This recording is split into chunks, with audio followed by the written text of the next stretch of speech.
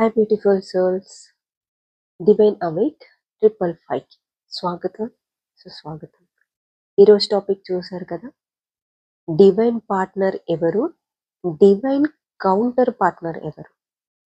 So మీరు ఇప్పటి వరకు చాలా కన్ఫ్యూజ్ అయ్యి ఉంటారు కదా, అసలు ఎవరు మనకి ఇంపార్టెంట్, ఎంతవరకు ఇంపార్టెంట్, ఎవరిని చూస్ చేసుకోవాలి, ఎవరితో లైఫ్ స్పెండ్ చేయాలి, ఎవరితో సోల్ పర్పస్ చేయాలి, కన్ఫ్యూజన్లో ఉన్నారు కదా, డార్క్ నైట్ ఆఫ్ ద సోల్లో ఉన్నారు కదా.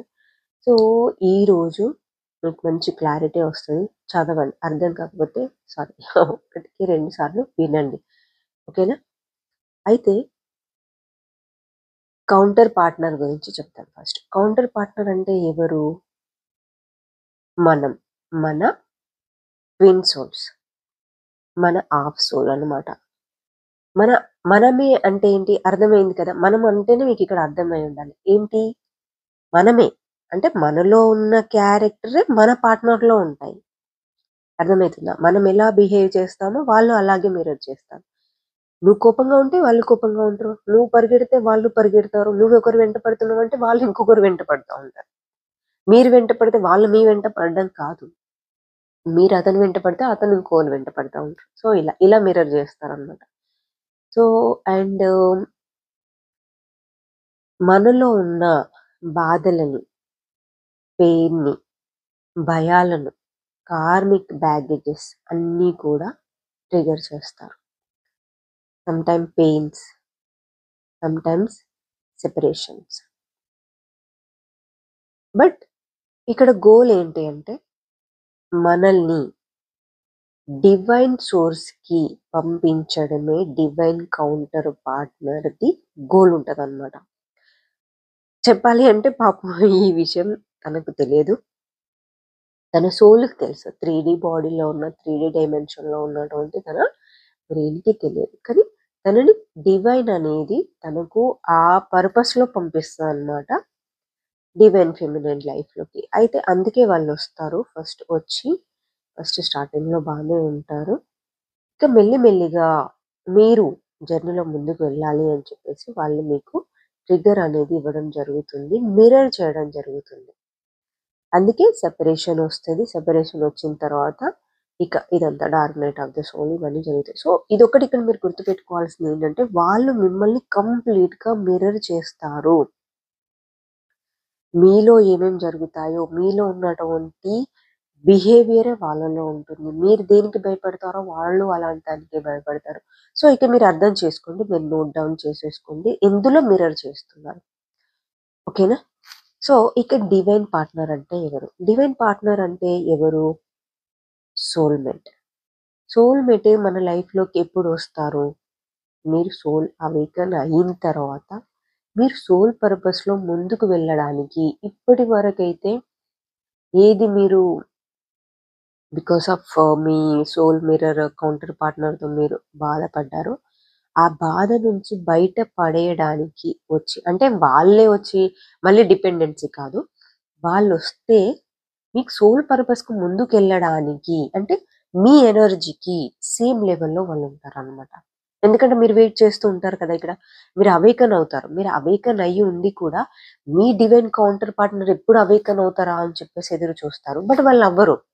ఎందుకు అవ్వరు అంటే వాళ్ళకి కార్మిక రిలేషన్స్ ఎక్కువగా ఉంటాయి కాబట్టి వాళ్ళు తొందరగా అవేకన్ అవ్వరు, వాళ్ళకి టైం పడుతుంది. బట్ మీకు సోల్ పర్పస్ చేయడానికి టైం అవుతూ ఉంటుంది. కాబట్టి యూనివర్స్ ఏం చేస్తుంది, ఒక సోల్మేట్ని మీ లైఫ్లోకి పంపిస్తారు.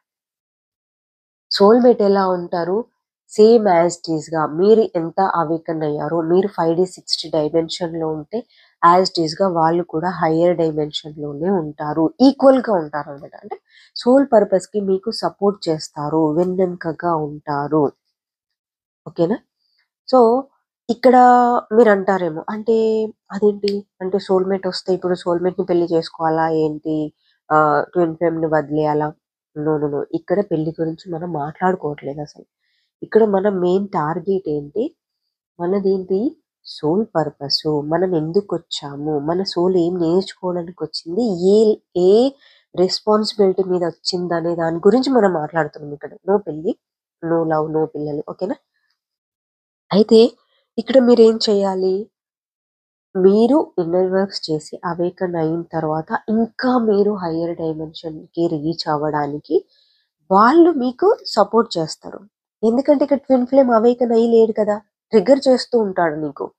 సో, నీకు ప్రతిసారి ట్రిగ్గర్ చేస్తాడు. బట్ ఎప్పుడైతే సోల్‌మేట్ ఒస్తాడో, ఆ సోల్‌మేట్ ఒచ్చిన వ్యక్తి ఈ ట్రిగ్గర్ నుంచి కొంచెం నీకు రిలాక్సేషన్ దొరుకుతది.